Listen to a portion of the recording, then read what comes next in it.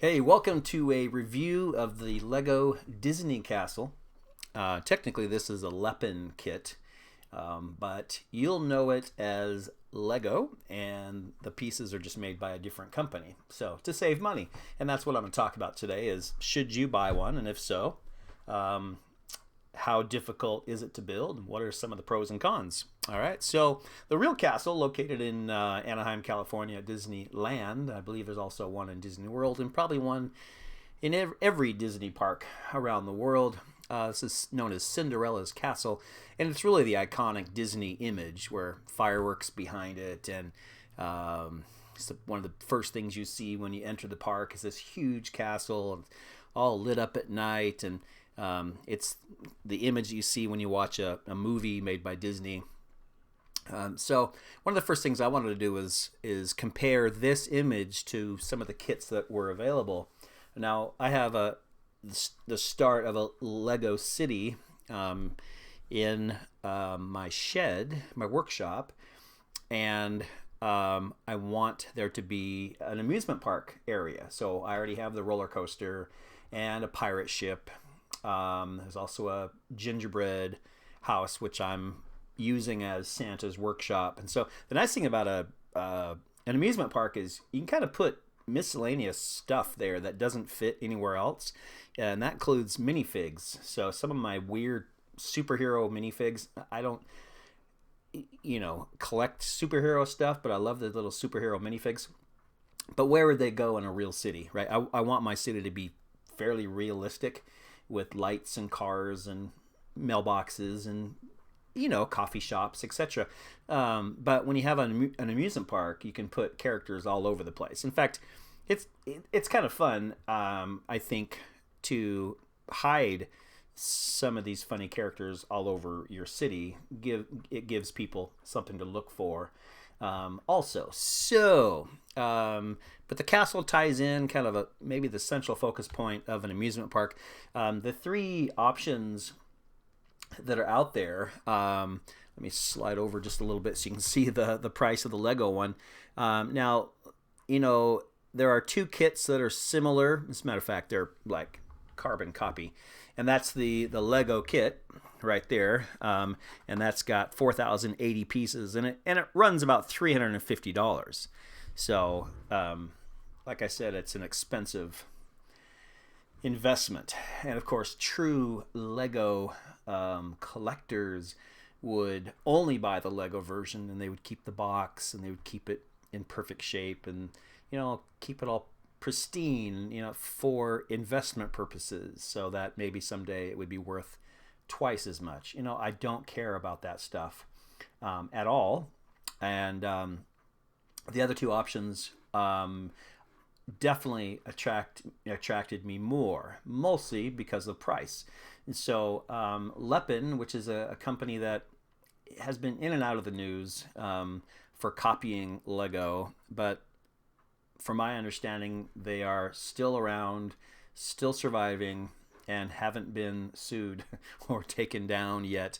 I noticed that some of their names have changed. So this is Mold King, and I've seen some other names as well on their products, but they still have a website. I can't remember the name of it, lepinbricks.com or something like that, but they're still a company, and I'll buy it as long as it's legal, and they're still available. So, it has something to do with the trademark. The Lego trademark ran out years ago, and so other companies were allowed to build plastic bricks, and there's all kinds of companies that do it. However, this company tends to copy Lego exactly. So, this castle in the middle here has 8,300 pieces, and it's $276, and so it is cheaper than the small Lego version by almost $100. So, but does it look like the real castle? I went back and forth and looked, and probably is maybe a little bit more realistic, because the real castle is pretty massive. I even counted the little turrets, including the top one. 1, 2, 3, 4, 5, 6, 7. Not sure if that's part of it. 8, 9, 10, 11, 12-ish. And then if you go to the kits, the one in the middle here, 1, 2, 3, 4, 5, 6, 7, 8, 9, 10, 11, 12-ish.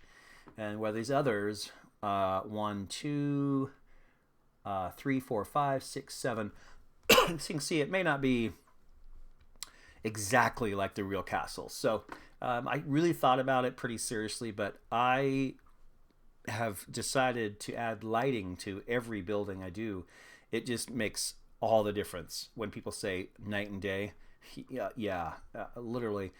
You can have just the most beautiful Lego building, but if it's just sitting there in the dark, it's not that impressive. But once you put lights in it, inside, outside, flashing, different colors, it is pretty cool. But you can expect to pay about half the price, again, of the kit for the lights.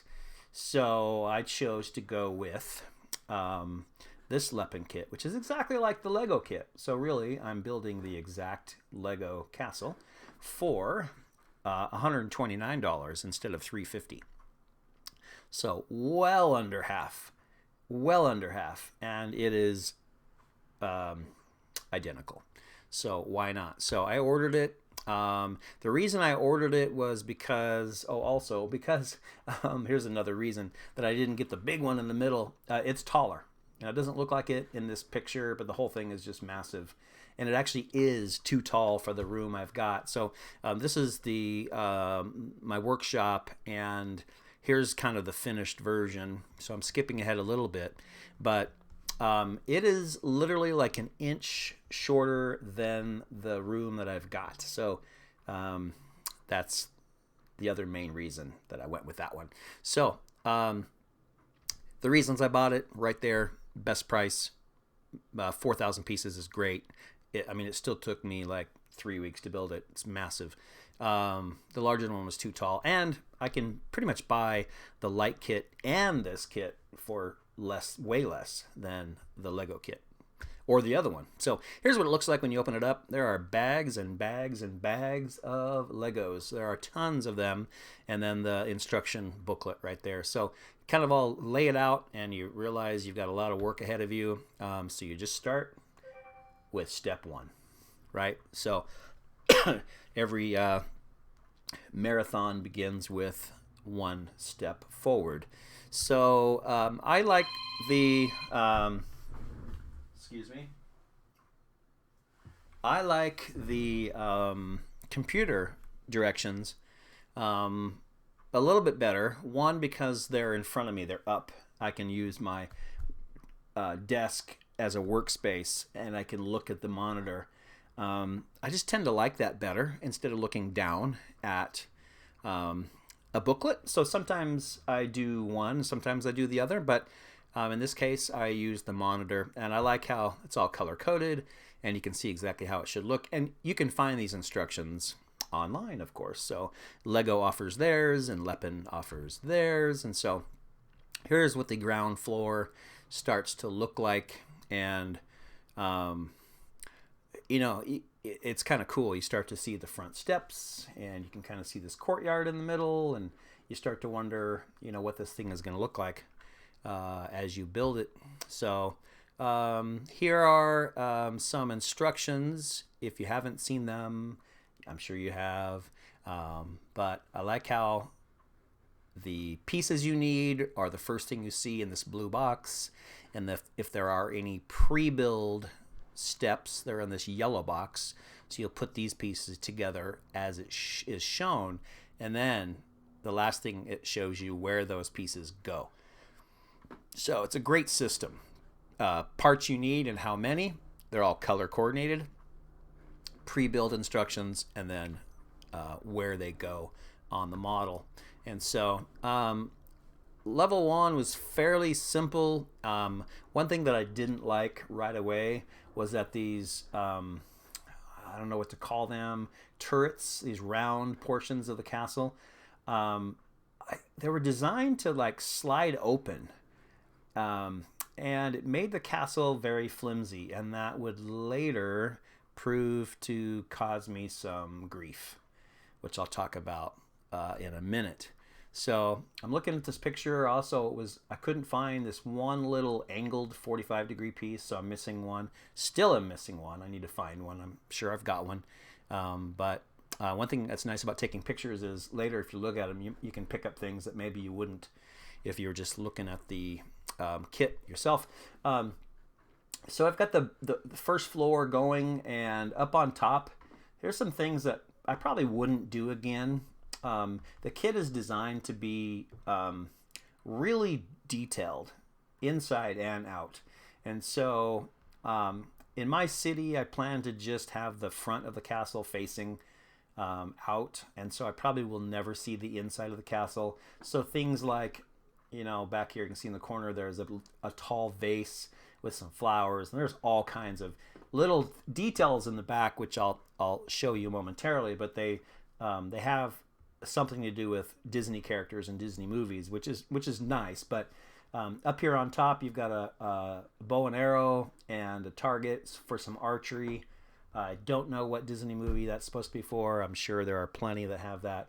But everything in this castle is supposed to be related to a Disney movie, Disney character. So this is just some close-up of the detail on the color, which I think is really cool. There's some different pieces that I hadn't ever used before, and I liked how colorful they were.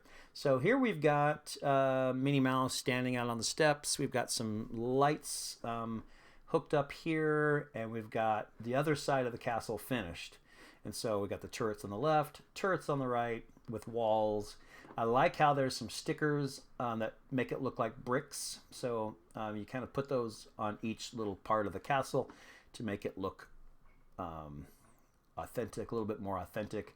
And the big clock here in the middle, which I was hoping I would be able to light up, make it real visible. And all these little unicorn horns is what I call them, or icicles. There's a whole bunch of these. And the frustrating part of these is as you're moving around working, you'll pop them off all the time. So I've mentioned this before in previous videos, but I break all kinds of Lego rules. One, I buy off-brand plastic bricks to save money. Two, I super glue some of the pieces because I don't plan on taking these apart ever.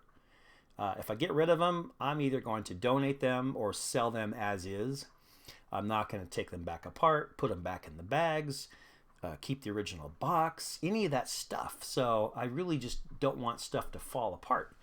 And then during this build, I did something I hadn't ever done before, which may not be worse than super glue, but I used hot glue because the whole thing started falling apart later on. So here's another angle of the left side of the castle. Just a lot of really cool detail. And again, not a real huge fan of how these walls, you can't see in the picture obviously, but these walls are meant to like rotate out. And because of that, they're kind of flimsy and you can feel it. So, all right, we're working on the second story at this point, and this is kind of what it looks like. I like the detail of the brick. Those would be like tessellations. Is that what they're called? Top of a castle? A tessellation.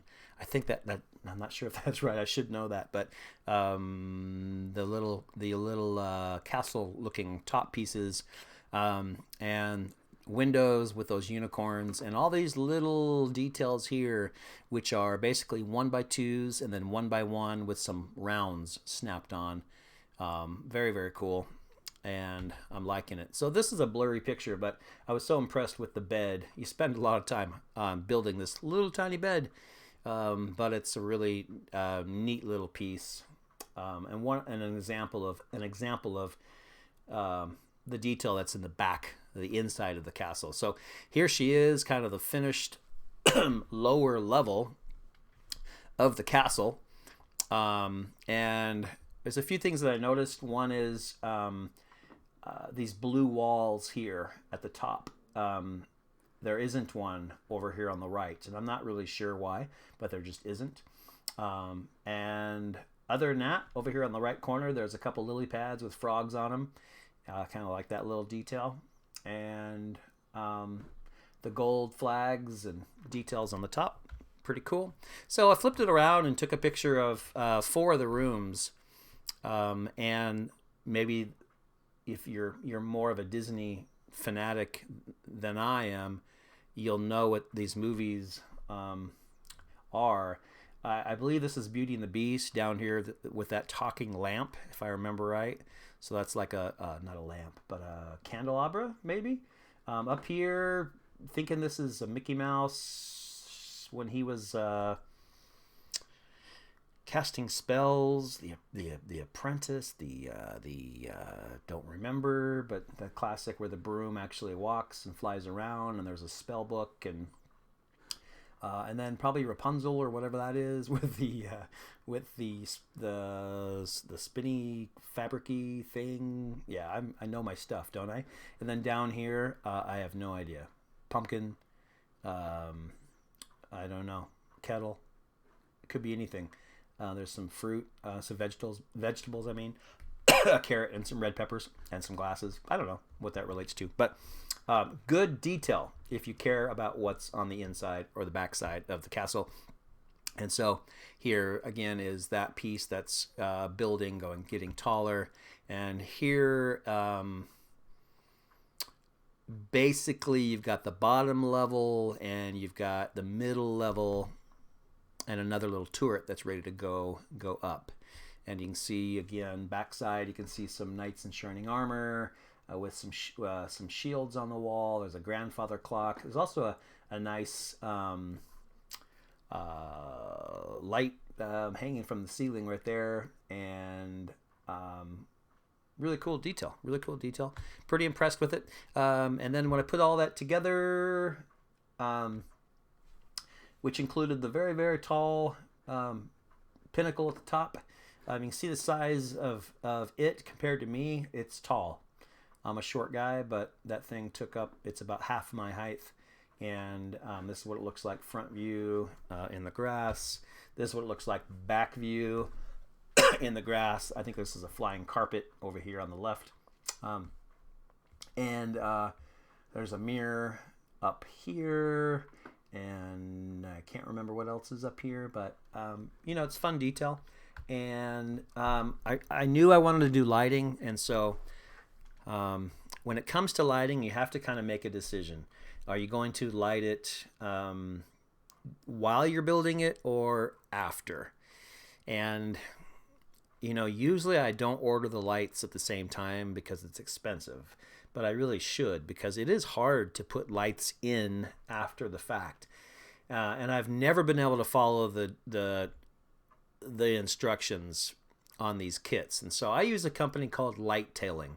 Now, I chose this company only because of the price. The quality looked fine. There are other kits that are more expensive, and there are other kits that are less expensive. But I noticed that a lot of those don't include the battery boxes.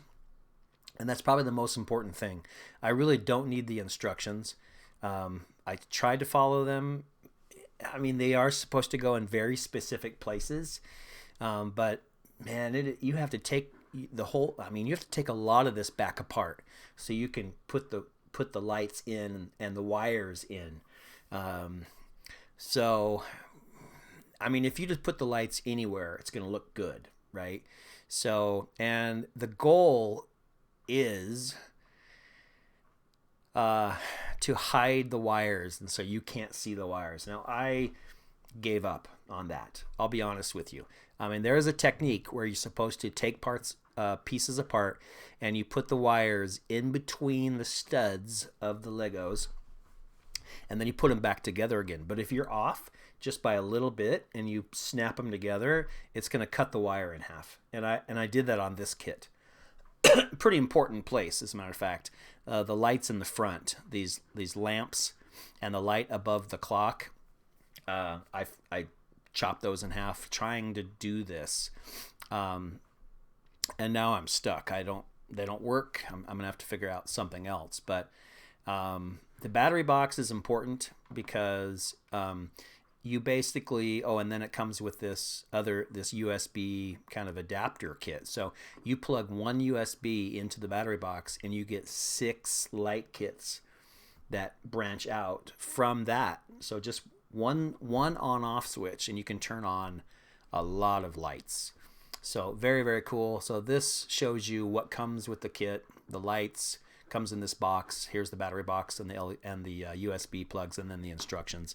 This is the reality of what it looks like. I really struggled. And this is a massive kit. So I've done lighting on other smaller buildings, which was fairly easy. But this is not for the newbie. This is not for the faint of heart that you're gonna have to struggle with some of this stuff. You can see the wires get tangled really easy, and you can see how hard it is to hide the wires. So it's tough. So here, this is out in my shop with my car collection, but you can see the backside of the castle, and I'm trying to do my best to hide these wires, but they're everywhere. And you can imagine how hard it would be to hide every wire under bricks, right? So now, because I'm only going to display the castle from the front, I just don't want the wires to be visible from the front. I don't care about the back so much. So I kind of collected them all over to one side, the left side here. I even put some zip ties, some twist ties around the wires. And then I eventually just put some electrical tape around this whole. I kind of made this a little bit neater, and then put electrical tape around it just so I could deal with the massive mess of wires. And then I tucked them in the castle. I actually put them back here next to this vase right here,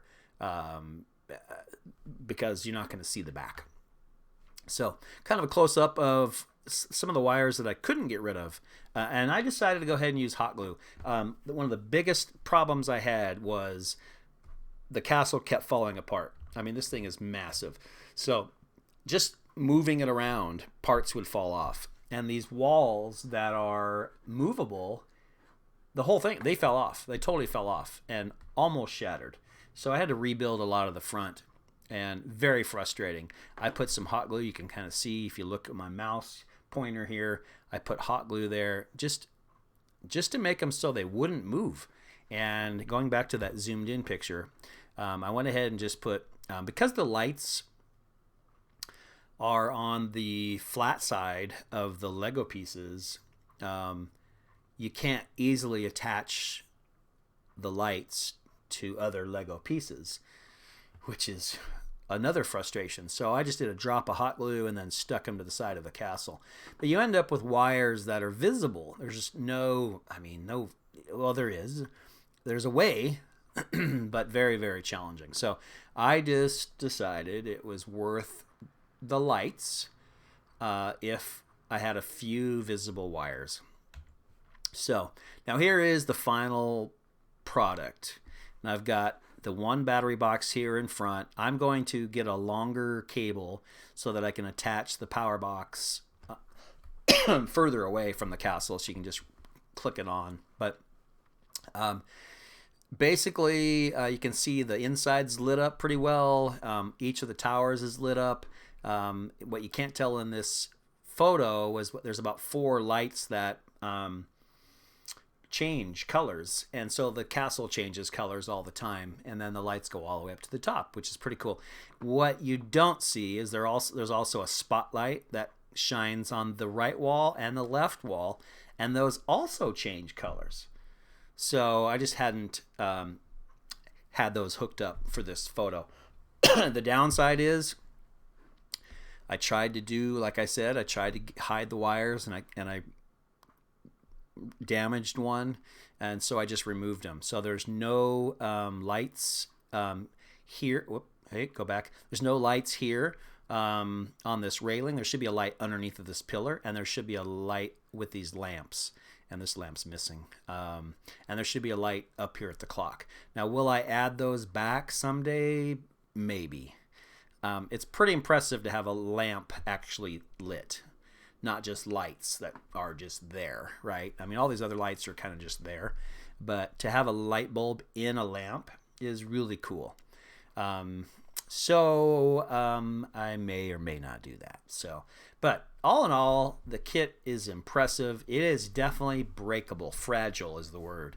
And I recommend super glue or hot glue if you don't care if it's going to stay together for a long time. So here's a great photo of the actual castle with fireworks behind it. And it's a beautiful building, fun build, fun kit, and really for $129 you get a lot of build time and a lot of enjoyment out of it. So there's my build and review of the Lego / Lepin Disney Castle.